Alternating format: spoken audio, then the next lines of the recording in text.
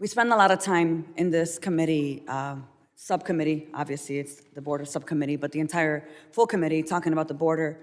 But I really think that for us to understand the border, we also have to understand history and context. Two things incompatible with Trump's administration of authoritarianism, white supremacism, and this white man's good old days. So I want to spend some time doing a little bit of history here.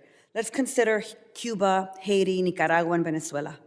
Why do these countries get humanitarian parole? Because each face a humanitarian crisis. High numbers of asylum seekers cross the border, fleeing political, social, and economic instability that the U.S. played a role in creating. But last week, the Trump administration announced that individuals from Cuba, from Haiti, from Nicaragua, and Venezuela must leave the United States in the next month, not because the humanitarian crisis has passed, but because this administration is committed to an authoritarian agenda, and consequences be damned. So let's clear some things together here. Mr. Raiklen, Melnick, I want to ask you a couple of yes or no questions. First, let me start with, were any taxpayer funds used to bring these migrants into the United States? Absolutely not. Thank you. Can you explain how many people may lose their legal status under the Trump administration? When just the CHNV parole program, which the administration announced would be terminated earlier last week, we're looking at hundreds of thousands of people. And so far with temporary protected status, 800,000 combined with another 300,000 likely in the fall. And very briefly, what types of jobs are people in the CHNV program and temporary protected status filling in our communities? They're filling all kinds of jobs in communities like Springfield, Ohio, where they were helping rebuild the manufacturing base. And in places like Florida and Texas and California, they're working legally. They're filling jobs that are open to any person in the country who's able to work legally. And without them, the economy will suffer. Thank you for your response. I want to talk about Guantanamo Bay.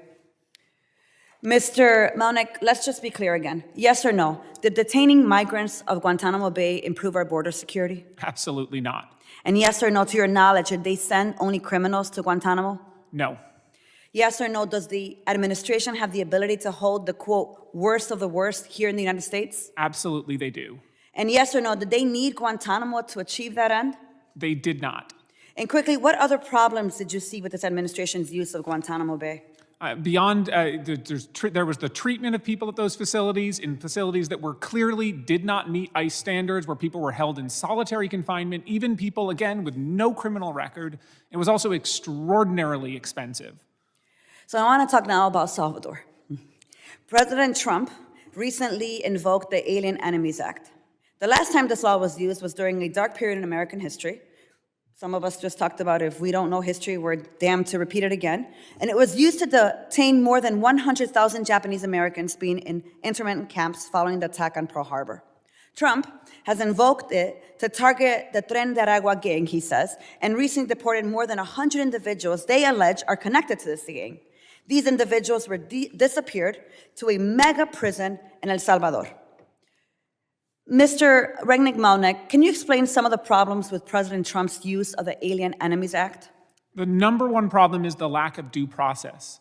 The administration is asserting an unprecedented authority to point at any person and say, you're a member of Tren de Aragua, you don't get any right to say that you're not, we're gonna stick you on a plane, we don't even have to tell you first. At a court hearing yesterday, the Department of Justice said people do not even have a right to be told they're gonna be subject to this law before they're put on a plane. That's right. And do we know who some of the individuals sent to El Salvador are?